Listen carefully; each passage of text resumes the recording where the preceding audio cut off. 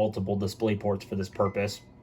Wow, I reached my stand goal without standing. Thanks, Apple Watch, I appreciate it. G'day folks, today I'm doing a video that I normally don't do, but I figured we'd switch things up a little bit for the sake of switching things up a little bit. This evening I bought a computer off of Craigslist, one that is a custom build AMD socket FM1 computer. 50 bucks, figured what the heck, we'll see how we do. So, I have the machine right in front of me, let's take a look at it.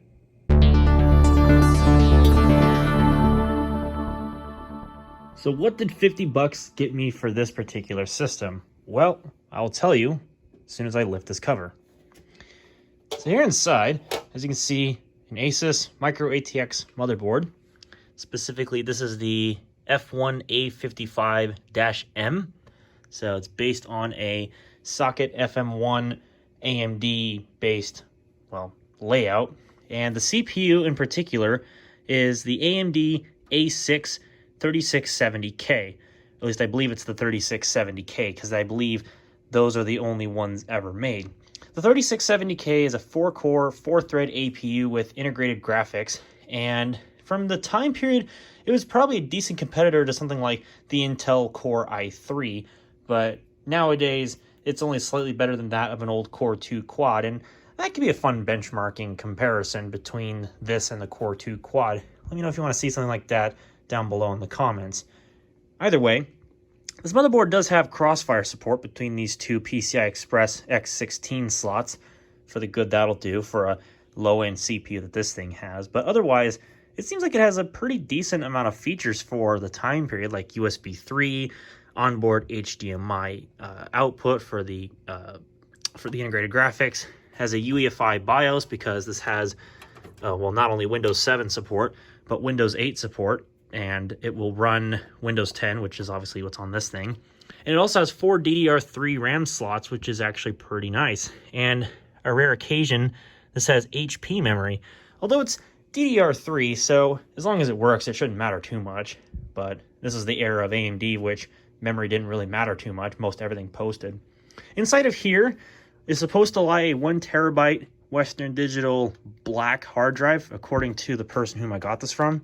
Seems to be secured in somewhere. Looks like it's 2 screws on this side. So I wonder how this bracket would come off. That would actually make me wonder. There's like a way you're supposed to do this? Or is it held on with this? Okay, so held on with something like this, and I think you can pull it out. It's like a two-handed procedure of some kind. So if we unplug everything here, then if we try to like push this up with, there we go, yeah. Perfect. And then you can kind of get a bit of a glimpse. Yep, that looks like an enterprise storage Western Digital drive of some sorts based on the label. Don't even really need to pull it out the rest of the way and whatnot. We all know what a hard drive is. Really, it's not going to be the fastest thing in the world, but it should get the job done. The capacity is really another thing that kind of drew me to this particular system because I'm in need of hard drives, and that's a nice hard drive, so why not? There's already some fear factors. The power supply, for one thing. This case already is kind of but this power supply really has me concerned as far as longevity goes. It looks like I have a date code of the second week of 2012, but I wouldn't go trusting this thing for any longer than I'd absolutely have to. But, you know, I'm going to leave this thing as it is because, you know, for the sake of the video, we're going to see how we did. So, I suppose without further ado, let's go ahead and whack this thing up on the test setup and fire it up. Okay, let's flick the power switch. Okay, no explosions yet. Let's go ahead and turn this thing on. Let's see how obnoxious this power LED is. Okay, not nearly as obnoxious as I thought, but still, it's one of the blue LEDs that's not really the most ideal. And it posted. I saw the BIOS there for a split second. And already they failed because they didn't use UEFI. They're using BIOS, so that's already a downside because, you know, nowadays you'd think you'd use that newer style. I love the username, very creative. This does not look like a modern version of Windows at all. You can also definitely hear that hard drive, although that's not necessarily a bad thing if you can hear the hard drive. I actually kind of prefer that sort of sound. Maybe that's just a preferential thing. All right, this looks like pre-Windows 10 1903. This is probably 1809 if I had to take a guess, but we've already got a bunch of joke stuff on this stuff. Like Google Chrome, there's a joke. Super anti-spyware free edition, yeah, that's another joke. Open Office, that's another joke because, you know, LibreOffice is basically the same thing but better and more regularly updated. And of course, Cortana was left on by default, but who uses Cortana? Let me set you guys up on the microwave real quick and we'll take a look further. Okay, let me see if I can straighten this a little bit more for the sake of the camera so you can get a better idea of what we're going to be looking at here. Maybe a little bit angled downward. That should do.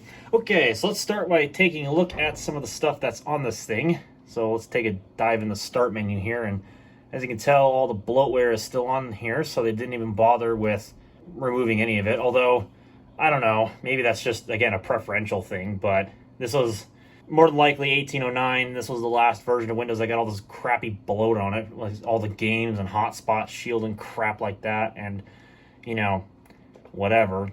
At least they had the decency to install the driver for the integrated graphics, which, of course, we'll go under Windows settings here and take a look-see. See what we got going on here as far as specifications go, just to double-check everything. So, yep, AMD A6 3670 APU with Radeon HD graphics, 4 gigs of RAM. Your typical Office PC from about 2012 or so.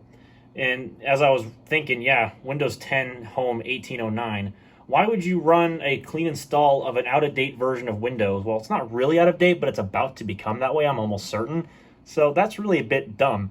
It's really not that hard to run the Windows 10 media creation tool, and within a matter of like 30 minutes or so on a typical internet connection, you can have yourself a modern version of Windows 10 ready to boot. Of course, nowadays that's 2004, so there's really no excuse why you have to install an older version. There's really no reason. Because see, even look at this. You can see you're currently running a version of Windows that's nearing the end of service. We recommend you update to the most recent version of Windows 10 to get the latest features and security improvements. Because look at what's right down below it. Yep, the feature update to Windows 10 version 1909. So congratulations, dude. That's a 1-point loss for you, because you could just as easily run the newest version of Windows 10. I don't understand why we have to run this old version. There's no point.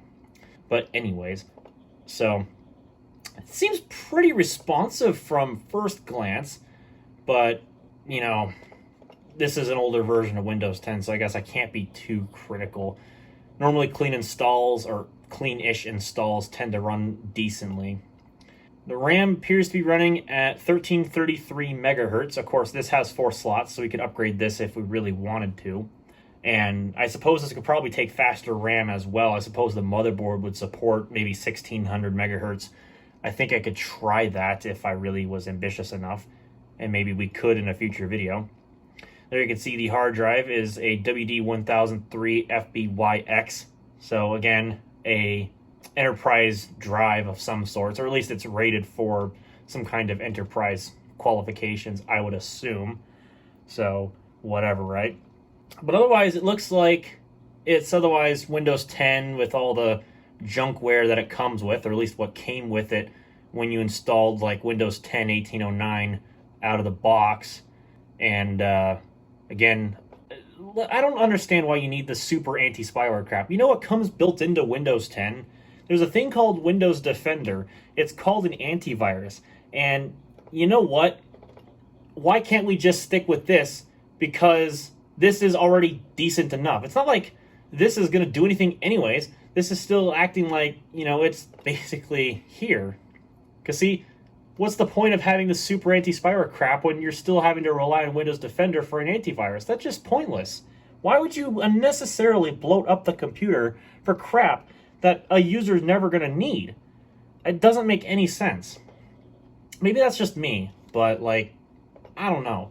It's not sketchy, it's just unnecessary. It's just not it's not needed.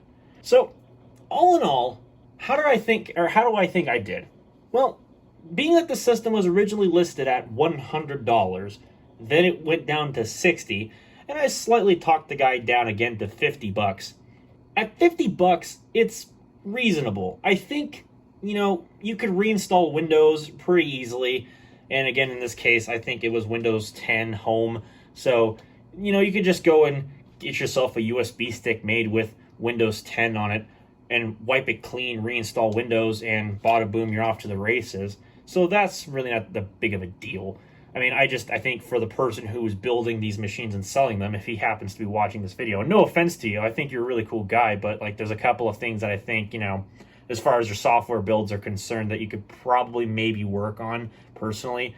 First of which, don't use an out-of-date version of Windows, because that's really not good for the person who buys the machine in the first place. Number two, don't load it up with a bunch of unnecessary crap. I can understand Google Chrome because that's the most popular web browser right now, so fine. I can understand VLC because it's better than the built-in media players, has all the codecs you'd need, and it's free, open source, and it's excellent. I love VLC, so sure, that's a 1+ right there. But then, like, OpenOffice, like, really? You know, I understand OpenOffice, you know, it's probably more recognized compared to, like, LibreOffice, but, you know, if you're going to include something, you know, I don't really know why you'd put OpenOffice on here. It's really not updated all that much. And I'm not saying that that's a bad thing. It's just, you know, LibreOffice is newer, it is more modern, it supports the same things, and I don't know, maybe that's just a preferential thing. Google Earth, sure, why not? That's fine, I guess. Maybe some people could make use of that if they really needed to. I mean, I don't use it very often, I just use the one that's built into the web browser. It can be a little slow, but it works. But then, like, super anti-spyware, no, that's just garbage. You don't really need that. That's just unnecessary, in my opinion. So, either way, I think it's not bad. I mean, you know, they have, like, a couple things. But really, I think for the price, it's not really the worst thing in the world. So do expect that in the future, there could be a couple extra videos made on this machine. I don't know exactly what we're going to do with it, but I definitely know there's going to be a video about gaming with, like, the machine as it currently sits with its integrated graphics, which I can't believe I didn't even actually take a look at that because, you know, I'm a smart person like that. I didn't even think to do that sort of stuff. So let's hop into display settings real quick.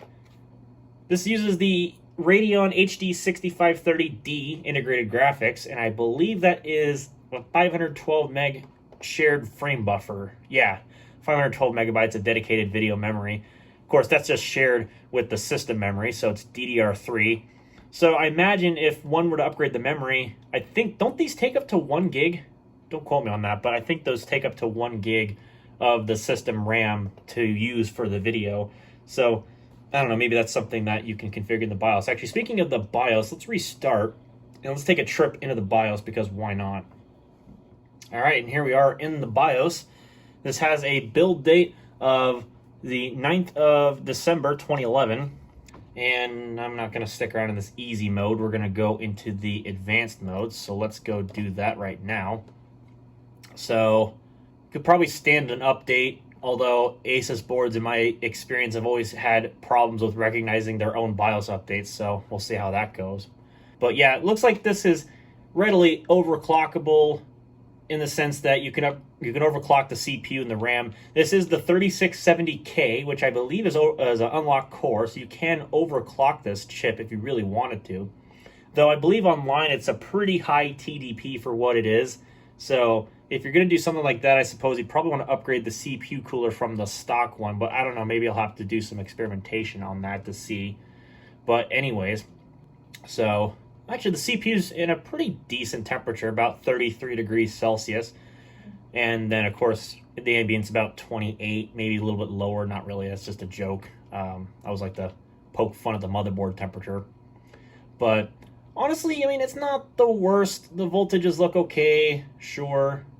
And then, what I want to say, there should be options for doing UEFI. I don't remember where that takes place on a board like this. I haven't used a board like this in a little while.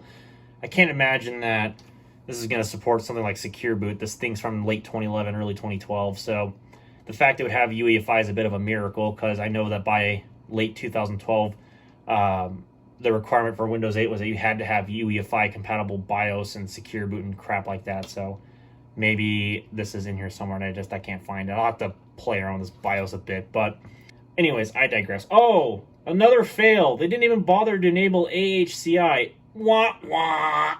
Wow. How would you mess that up? It's like, this guy thinks that the Windows kernel and crap really hasn't changed too much, and here he is, he's failing to enable AHCI. Way to go, dude. Way to go. Uh, what's this? This is a workaround for OSs without EHCI handoff support. Interesting. All right. But anyways, I think in here, integrated graphics, something of that nature. Oh, okay, my bad. This is if you wanted to use more than one monitor output out of the integrated graphics, which would be good for an office environment if you're going to be using something like this. I think more modern systems obviously would have like multiple display ports for this purpose. Wow, I reached my stand goal without standing. Thanks, Apple Watch. I appreciate it. Does it actually have it listed in here? Huh. Oh, that's kind of cool. Yeah, you have a charging USB port on the back. That's pretty nice. I always like those because, you know, you never know you're going to actually need them. But interesting, I'm not finding an option for the integrated video, how you change the size of the frame buffer. I must be missing it, and I probably am. So somebody's probably shouting at me going, oh, yo, it's right in this profile. So, yeah, sorry. I'm not used to this board. Sorry. So, anyways, that's enough poking around in here. I'm going to take care of doing the Windows clean install off camera to, you know, obviously do my own fresh install. Because my thing is, I don't trust people's Windows installs. I generally do my own, unless it's the OEM, and then I just use the OEM one typically, unless it's slow or bloated and whatever, then I just use my own copy anyway. But I digress. That's something I'm going to do off camera. So hopefully you liked what you saw. If you have any suggestions as to what I should do with this computer, leave them down below in the comments section. And with that having been said, if you liked what you saw, give it a thumbs up. If you didn't like it so much, well, then thumbs down, because, you know, I bought an AMD system. Oh my goodness. If you want to see more content just like this one, or, you know, perhaps, you know, you like to stay in touch with my channel as far as, you know, me uploading and other stuff is concerned, there's a subscribe button down below. I highly suggest that you click on it. And don't forget to click the bell so you'll be notified of when I make a new video and whatnot, because obviously you don't want to miss when Jordan Woolery makes a video. Whoa. And that having been said, thank you all so much for watching. I'll catch you all in the next video.